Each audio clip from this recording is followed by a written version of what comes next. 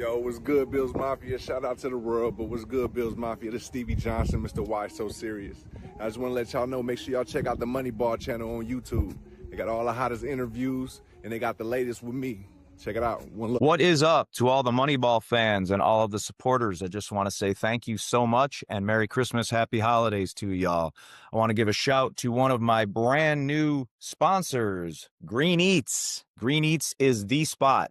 It's in Orchard Park. Joanne is running an amazing little shop over there, smoothies, natural juices. You're going to get continued support and love from the Moneyball channel. So shout, like I said, to Green Eats. I'm very, very excited for my next guest. This is no other than Mr. Jim McMahon. Jim McMahon, 85 Bears, Super Bowl Shuffle, the whole nine, mooning people, dropping drawers, not giving a bleep. So I decided I was going to, in honor of the man, go ahead and get the headband on. So we'll see how the fit is here. And this is how we're going to roll for the first little bit of this interview anyways. We'll see what he thinks. Hey, buddy, you there? I think you're muted. I cannot see or hear you. There he is. How's that? That is fantastic. Listen, I know everybody that does a show with you tries to pull this off, right? Everybody. They're all a bunch of dorks. But look, I actually pull it off. Check it out. Listen to Bryan Adams. Do you know who Bryan Adams is, right? Yeah. The classic rock legend. You know, he's one of those guys like Nickelback. Everybody's afraid to say they listen to him. The guy's a hell of a rocker, man. I don't mind him. Right? He rocks. The dude kills it. Everybody's embarrassed about him. I mean, hey, it's not how I roll. How you doing, man? Doing good. Getting ready for my annual trip to Cabo on Saturday. Yeah. Looking forward to that. It's an absolute pleasure to have you on the show, man. I've had a lot of big names, but you go down as one of these guys who I hold in very high regard, and I say that sincerely. So, thanks for taking some time and spending a little bit of time with me today. No worries.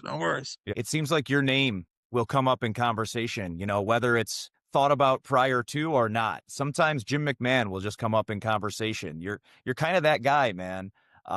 You've been an icon for so many years. You're legendary. I want to start the show. I'm in a lot of places, so that's probably why my name comes up. That's true, but you also I'm never home. You know how to do it, brother. I want the real story right now, okay, of the mooning incident. Let's hear the real deal on that mooning, because I think it was blown out of proportion. I think it was just a scratch you had or something, right? I mean, what was the real story on that? No, I had a bad contusion on my left cheek. That was left butt cheek, big and black, and I was getting asked questions about my ass every day, and I just got tired of the questions. And then they had a chopper that was buzzing our practice field right when we were doing warm-ups, calisthenics. So everybody's bending over and stretching, and I decided just to show them where it hurt because I got tired of talking about it. I said, "Here, you want to see it? Here it is." I mean, they kept asking. They got their answer. That's all there was to it. That's all there was to it. Like most things in the media, things are always going to get blown way out of proportion, and sometimes they're warranted and sometimes they're not, man. And I'm 47 years old. So, I was 7 years old when I saw the 85 Bears team, and that was my introduction to Jim McMahon. Okay. And I loved it. Like, I mean, dude, I was on that train. I loved everything about it. The fridge and I bought in. Those are some of my earliest memories of football, of the NFL. To be honest with you, is that year and you guys doing the shuffle. When you look back at that stuff now, is it like, hey, man, I miss those days? Or is it just like, no big deal, that was part of it? Like, how do you reflect on that now? It's just unfortunate the way things happen that we couldn't get another Super Bowl or two. But, it doesn't take away from the fact that we were that good for that long. Absolutely. And you're talking to a Buffalo guy here, right? So Jim Kelly in the 4 straight years of not getting one. It still stings to talk about, but, at least you're not that. I mean, It's an incredible feat just to do that. I mean, just to be able to get back to the playoffs, let alone the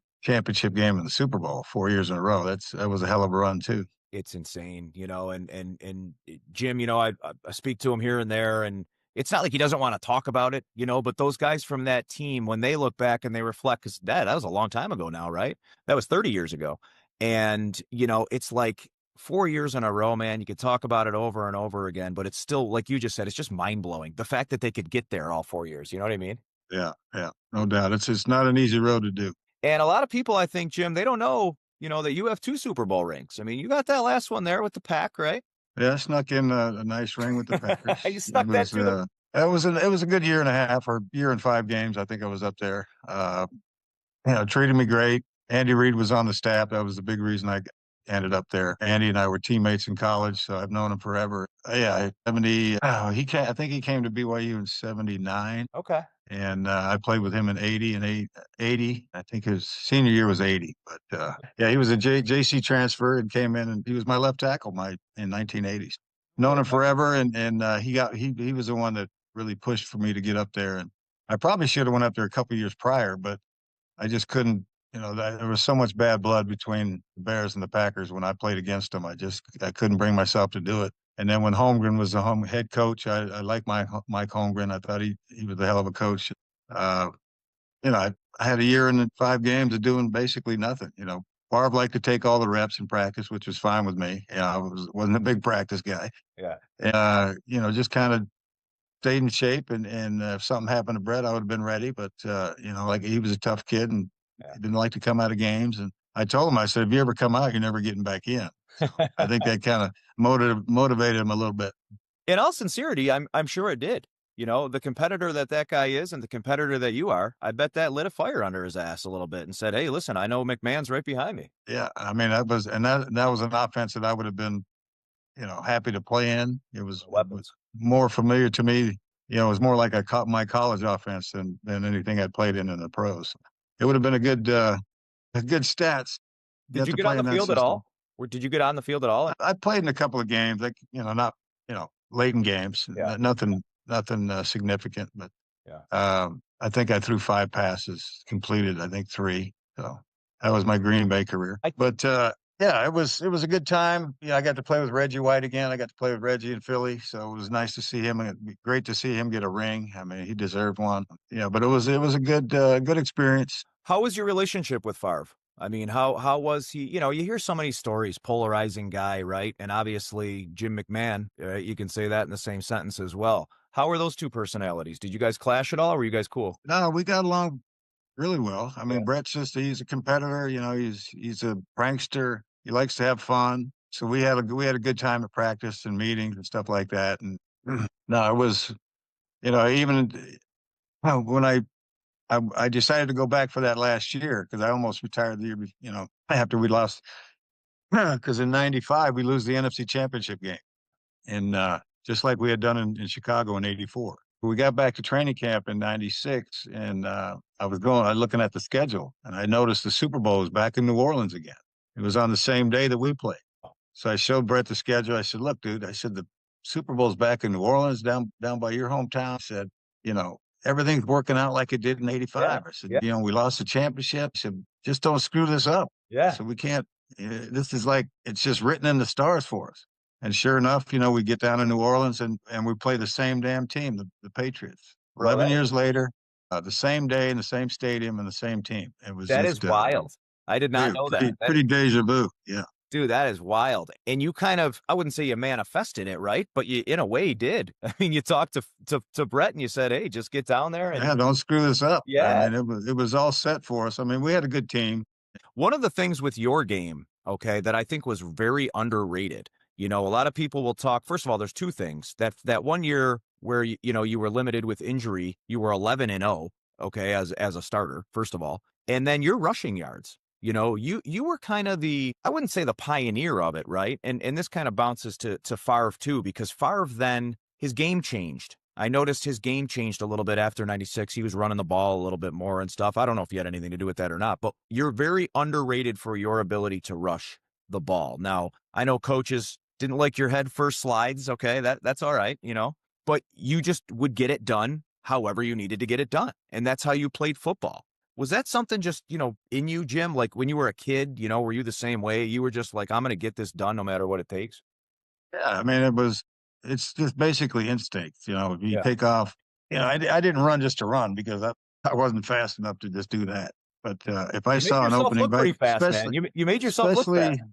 Especially if you see blitz, it's man-to-man coverage. Usually there's nobody covering the quarterback. So if there's a lane, I wasn't hesitant to take it. And the reason I didn't slide feet first is because you're going to get your ass hit anyway. I slid feet first in the NFC Championship game and got drilled in the ass, and that's why I had trouble in the Super Bowl. Yeah. And so, I figure, what if this guy misses a tackle? You never know. I could make a juke on somebody and get free and keep going. But that was my mentality. I said they're going to have to tackle me. I'm not just laying down for them. It was definitely unique. I don't think now, as far as rules of the game, I don't think the QB can, I don't think anybody can slide head first. I think it's an automatic penalty, right? They're trying to prevent everything. I don't even know the rules anymore. So how do you perceive it now? Are you still a big football fan? Do you watch or no? no, I haven't seen a game all year basically, unless I was sitting in a bar or, doing an autograph session or something like that, and the game was on TV. Yeah. But I haven't sat and watched the game. It just, Do you watch? if you're not playing, it's boring. Do you watch? It's fun. Will you watch BYU? No, No? I spent Thanksgiving with my folks, so we watched a couple college games. My dad's Okay. a big college fan, but that's it bores the hell out of me. Does it It really? was fun to play, but it's even when I was still playing and not playing being on the field, Yeah. I was bored to death. Really? Unless you're out on the field, the games suck. That's amazing. I mean, just because, you think about the NFL and that and soccer being the biggest sports in the world, and you were so damn good at it, just natural ability, just to go out there and sling it, or like I said, to run. And, one thing that's also forgotten in all of this smoke is the leadership. When you go out, man, and you're the QB, you're leading men. You're leading men into battle. That's what it comes down to. And they're not going to play for you if they don't respect you. And you're not going to get to the Super Bowl if they don't respect you. So I think a lot of the stuff gets lost in that, you kind of are someone that demanded respect, and then you'll say, the punky QB or whatever, right? And it was almost kind of a act, if you will, whatever. But I'll tell you what, on game day, man, these guys respected the hell out of you on both ends of the, both sides of the field. Is that fair to say?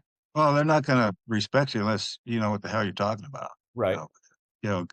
Those guys in the huddle, they can see right through you. But if you don't understand what you're doing, or you don't have the confidence, I mean, that shows right away. I never had that problem because knowledge is confidence, and I knew what I was doing. And so when you can, convey that to your teammates, and they see that, they see it through film and stuff like that, and they say, "Oh, this is why he did that. This is why he did that." Yeah. They understand that, when I changed the play, that they didn't care. They knew I was out there to win games. And sometimes the plays that were coming in, we're not going to get it done. And when you're out there on the field, you get a feel for the game. You can see what's going on. You can see where these people line up. The game was never that hard for me. I mean, it was, I don't know why. I had a kind of knack to figure out what the hell they were trying to do to me. And, I was never afraid to exploit that. And that's what I was taught in college. I mean, my coordinator always said, if you see something you can exploit, do it. I don't have a problem with it. Yeah. Other coaches did, Mike did, but, I think what he really had a problem was when I did change it, it worked. So I was going to ask, with Mike in particular, you did have the freedom? He gave you the freedom to change, audibles? Well, he wasn't one of the guys that gave you freedom. Okay. That's what I thought. What he called, he wanted run. Okay. Yeah. That's what I thought. The guys I taught me in college, they said, do what you see fit. And that's what I did. That's the way I always played. If they got mad at it, too bad. I'm out here to win games. If you're going to be mad at me because I just scored on a play that you didn't call, and Right. And I think that gets lost in the bigger picture of it, right? Like, and you see that. You'll see coaches literally get angry with a player after they scored because it wasn't what they did. And to me, man, that's backwards. Like, hey, this guy just scored, Is that where you guys, was that the main clash with the two of you guys? Yeah, well, he said I didn't study enough. I mean, our offense didn't change in 7 years I was there. Yeah. Yeah, it was the same. Was it the same OC? And he'd get pissed if I didn't practice. You can't play because you missed practice. I mean, practices, if you don't know what you're doing, practice helps. Correct. But, I said, look, like I said, I've been here 7 years. Nothing's changed on our offense. Nothing's changed on the defense, as far as I'm concerned. So, if you get out there on the field, your body's going to do what it's been trained to do. You don't need all those reps, and especially our reps that we used to have. Everything's live and people getting pounded. And, I was never a big practice guy. I just was, there's nothing really on the line. It's like hitting balls in golf. I can't stand to go to the range and hit golf balls because it's not the same as lining up. And Thank you. You got to hit one when it counts. Thank you. Praise God. I couldn't agree with you more. I'll be ready when it counts. Yep. Right? Yep. No, I couldn't agree with you more. You can go out and smack, 150 balls and line up at T1 and shank it into the woods, right? I mean, yeah, I've seen a lot of really good range players that can't play a lick. Thank you. Yeah. That was a good segue with the body taking a beating and so on and so forth. And, let's lead into Project Champion, a little bit. and what with yourself, with Ricky, with Kyle, man, who's just a great dude. Kyle was just on the show and became one of my favorite humans, pretty quick. He's a salt of the earth. It's hard to find an Right. asshole offensive lineman. Most linemen are pretty good dudes. Oh, that's great. I mean, and he just, much like you, he tells it how it is, right? You got nothing to Yeah. lose. If if you don't like me, too bad. And those are my kind of people, salt of the earth people. You're not going to sugarcoat stuff. And, I think that over the years, you found something that worked with cannabis, medicinal that works for you, right? You don't need to be taking all these pills, everything else. And we'll get into it a little bit, as far as the law they're trying to reverse, because Kyle's on fire, man. He was driving to Washington the day I talked to him. I think he was, Yeah, Ricky Williams and I were back in Congress about 8 months ago, walking the halls, talking to congressmen and senators about it and how in the hell it can be Schedule 1 with fentanyl Schedule 2, which killed millions of people. Right. Cannabis has never killed anybody and Right. never will, because Right. we have a cannabinoid system in our body. We're supposed to be using Right. this plant. And he was telling me all about that. Yeah. Yeah, I mean, it's been demonized for so long. People are Right. finally starting to realize that, hey, the government doesn't always tell you the truth. Thank you. Thank you. Big Pharma runs this country, and they'll hand out all the pills you want for free. Of course, man. But it's not free. They're getting paid, one way or another. oh yeah, they're Yeah. making the money. But meanwhile, these kids are, a lot of these kids are dying. They're messing up their lives because these pills they do nothing for you other than mask pain. They screw up your insides, your liver, your kidneys. I mean, it's the pills. Right. And they fed them to you like candy. Oh yeah. Yeah. It was like, hey, get out there and play, and we don't care how you do it, man. And I had a lot of trouble sleeping because I couldn't sleep on those things. Some people can. I could never sleep. Messes up your whole. You don't go to the bathroom regularly. Right, It's just, right. it's just, and you're always kind of in a fog. THC stands for the happy cannabinoid.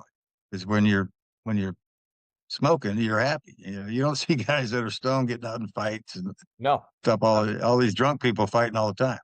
But yeah, it's just I tell people all the time, it's God's gift to us. I mean, this is something that's been put here to heal us from the inside, and that's why we have a cannabinoid system. Like I said, we're supposed to be using this plant. Do you think there is a strain out there for someone like me? So, Oh yeah, there's a like I strain said, for everybody. well, hear me out. I'm 47. And since I was like 15, right, or whenever I smoked my first joint, 14, 15, there were points where, I think it was all kind of the room you were in, or whether you were with friends, or, you know what I mean? It was like more of a situation. Whether or not you were drinking or not. Well, that was a big part of it. That's a good point. A lot of people try it the first time when they've already been drinking. Oh, it made me sick. And I said, no, that didn't make you sick. It was the alcohol. The alcohol, sure. But I said, try it when you're not buzzed and see how you feel. They have topicals, they have, tinctures, they have, there's so many different products that you can use that if you don't want to smoke, you don't have to smoke. Yeah.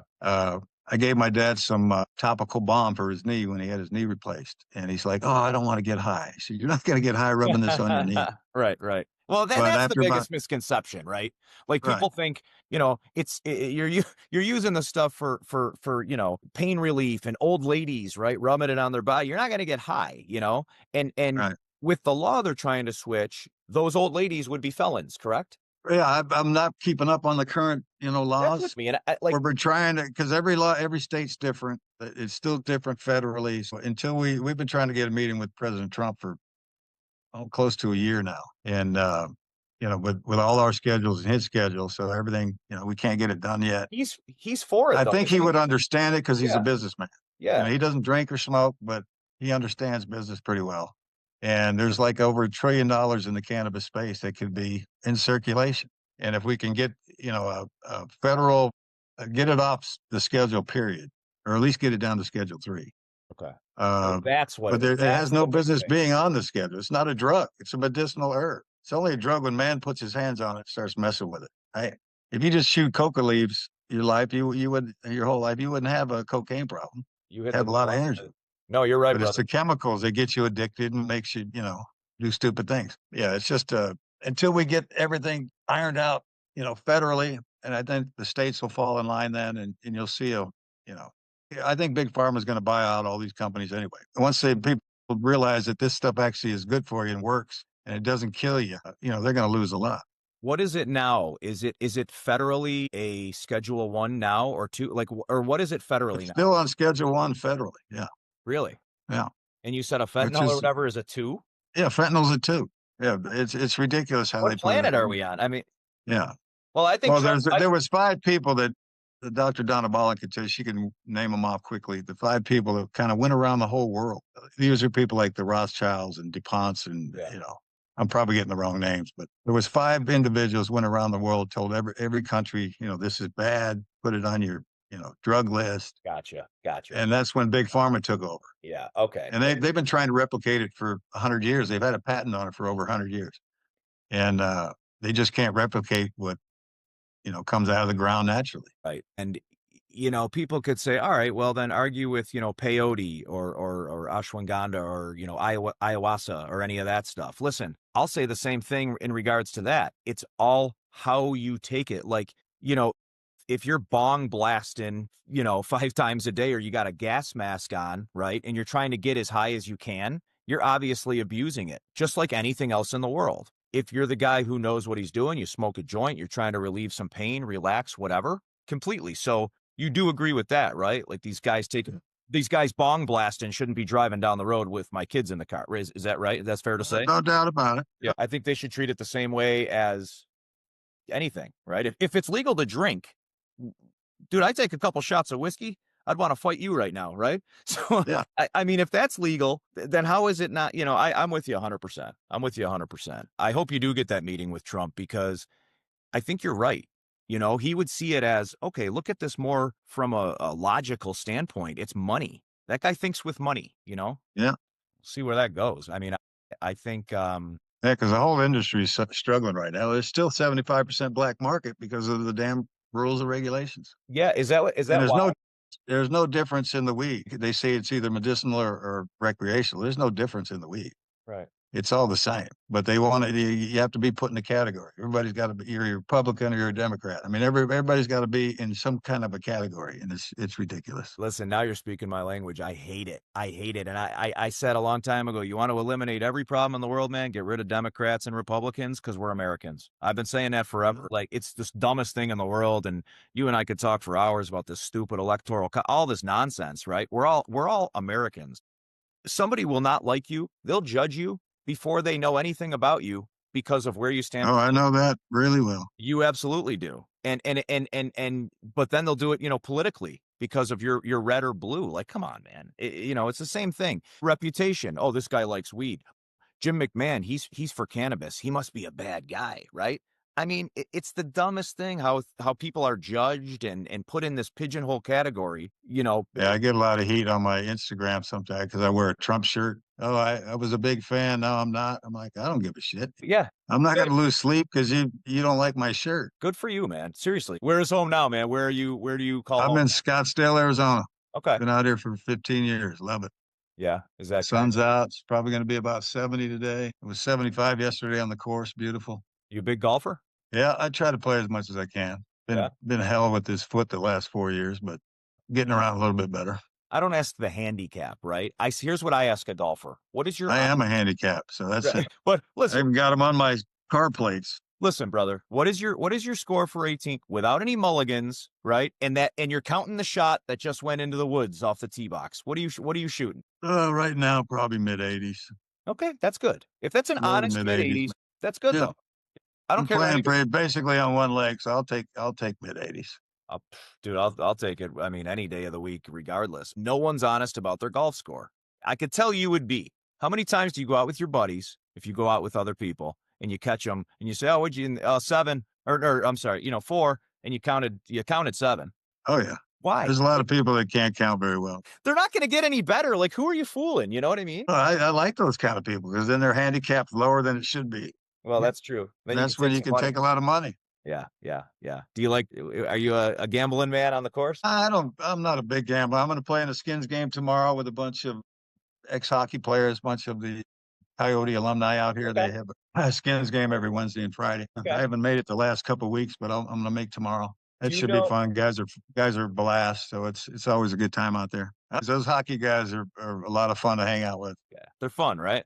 And they all got their own language. Yeah, they're all good people. They're all, just enjoying life. Back in BYU, right? I'm just going to reverse here a little bit. What was it? 70s, late 70s. Did you ever in a million years, and I know you're a confident guy, and you kind of, did you ever in a million years say, did you ever have this feeling?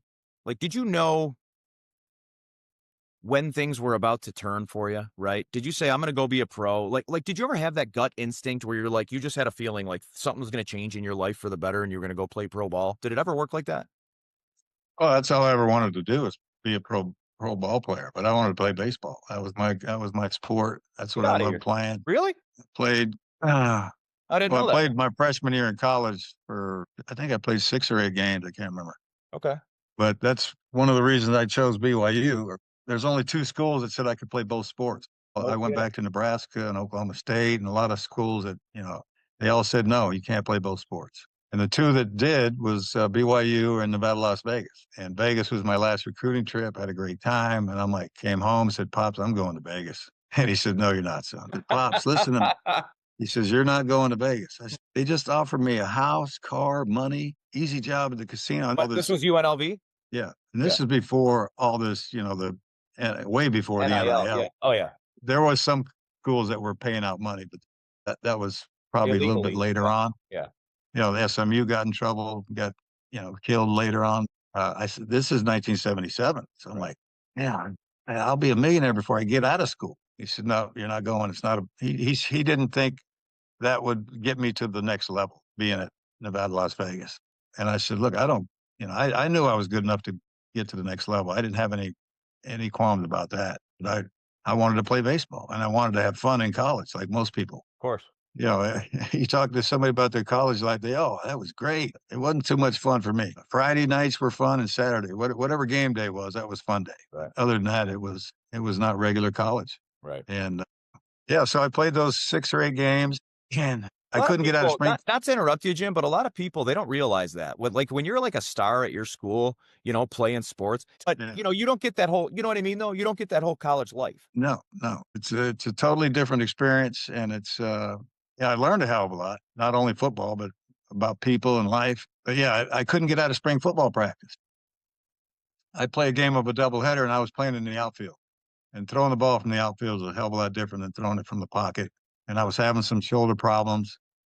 And I had to make a decision. And since football was my scholarship, because I got drafted out of high school to play baseball, but my dad said, no, you're going to college. You got drafted MLB? Yeah. I can't remember what team it was, but no shit. it wasn't a high pick, but I did get drafted. It doesn't matter. Yeah. Yeah. But, and then when I had all my shoulder surgeries and stuff like that in LA, Frank Jobe was the doctor. He's also the Dodgers doctor. Okay. So I'd go over to spring training and mess with Tommy Lasorda, and Tommy'd always tell me, hey man, if you ever want to, come play baseball, I'll give you a shot.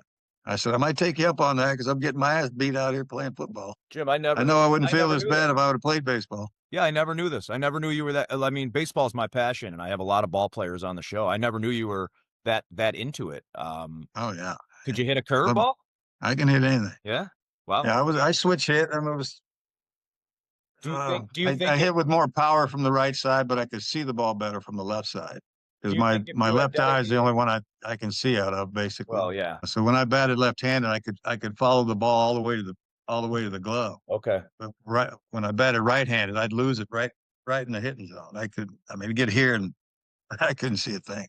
Do you think would that have been an issue? Say you decided to pursue baseball and you say things were and you decided 100% I'm going to pursue baseball, right? And obviously you were good enough because a team looked at you and you got drafted. A lot of people don't know that people get drafted once and they say no, and then they wait a year and they get drafted again. You'd tell the ML, you'd be like, no, I'm good. And then the next year you'd be 20 rounds higher because there was 100 rounds back then, and you double your income by waiting a year. You know what I'm saying? But with you, back to my question, you think you could have done it? I mean, like, honestly, I think I was good enough to make the big. Yeah. I was, like I said, I was confident in my ability. I always thought baseball was my better sport. Wow. I still see guys that I played Little League with up in Lake Tahoe every summer. They come up from Northern Cal and hang out, and we talk about our whole, we were 12, 13 years old playing ball together. Dude, that is, man, he should have stuck to baseball. That is, hold on. These are your same crew from back then. You guys still hang out? Yeah. We played Little League together. Yeah. Wow. So they all say, yeah, you should have stuck to baseball. You wouldn't feel this bad. I said, I know. Well, you did okay for yourself, Jim McMahon. Yeah, things worked out. Like I said, life's been good. My kids they've grown up, and I got grandkids now. So yeah, life's been good. How many kids you have? I've got 4, got 7 grandkids. Yeah, it's all, I heard it's better. in fact, my oldest son's birthday's today. I had to text him this morning about 5 o'clock in the morning. Well, happy birthday to him. That's awesome, man. I have 3 boys. I have a 12-year-old, a 9-year-old, and a 5-year-old. What's better, grandpa or dad? Oh, they're both great. But at least when you're a grandpa, you don't have to, you can give them back and go get some rest at night. Turn them in. You don't have to hear all that screaming and crying at the middle of the night. Yeah. No, Yeah, it's been fun. They're all doing well. They're all healthy, and you know, uh, doing good. So yeah. can't complain. It's awesome, man. You're a great dude. This was great to be able to chop it up a little bit. I'm Buffalo born. If I wasn't from Buffalo, there's no way I'm choosing this climate to live in. It's not healthy, man. And if you want to be an athlete, my kid, who's a pretty good ball player, he's 12. He's going to have a better opportunity if he's in a nicer climate. It's just common sense, right? I mean, he's going to be able to play ball more. You think? Yeah. Is this common sense or what? Did any So of I'm your glad I was born in Jersey City, but I moved from there when I think I was 2, maybe 3 years old, San Jose, California, and I was that's what glad to grow up in that area. I mean, in our neighborhood alone, we had a hell of a lot of great athletes that went on to play college ball, and some of them the pros. Really? Right. So it was nice to be able to have that kind of competition that early. Yeah, I'm glad I got to grow up there. Did any of your kids play sports? My sons played hockey and baseball growing up. Okay. My oldest played, I think, 1 year of football because his friends talked him into it. He wasn't into football at all. Yeah. My younger son really wanted to play. He wanted to be a quarterback, but he's a big kid. He's 6'3". He was bigger than his lineman, and he was getting the crap beat out of him every game. I said, "Ain't no fun when they don't block, is it?" I said, "You're as big as your damn lineman anyway. I mean, you should be on the line." You were like, "How do you like?" Yeah, he lasted 2 years, and then he ended up going to college playing baseball and hurting his arm. Didn't get to play much, but yeah, they're doing well now. Yeah, that's awesome, man. You a chicken wing guy? No. You don't eat chicken wings? Come on. I have, but I'm not a big chicken wing guy. No. All right. I was going to ask you if you like the flats or the drums better. The drums where you dip them in the blue cheese, right? Because it's blue cheese here, no ranch, right? And the wing. Yeah, I'm not big on the sauces either. So if I eat them, they got to be just fried up or however they cook them. You know what I like about you, man? Just from talking in this 20 minutes, 25 minutes, honestly, and I'll say this sincerely, and I don't bullshit people ever. You're a simple dude, right? It's like what you see is what you get. Not that hard. Yeah, wake up, enjoy the day. It's refreshing, though. Like, you don't put an act on, man. You got nothing to prove to anybody. It's refreshing. But you've been Jim McMahon your whole life, and you're misunderstood. All you are is a simple dude who likes to wake up in the morning, do what you do, have fun with it, right? But back then, you were the same way you are now, and people looked at it as arrogance or whatever. You weren't arrogant. You were just Jim McMahon. Does that make sense? It always did to me. I give you a lot anybody else. I give you a lot of credit, just for kind of staying true to yourself and, your roots and everything else, man. This was a great conversation. I appreciate it. I hope you enjoyed it as well. Do it up, live it up. Thank you so much, man. Appreciate your time and hope you have a great day, man. Okay, but we'll see you. Take care. Bye-bye.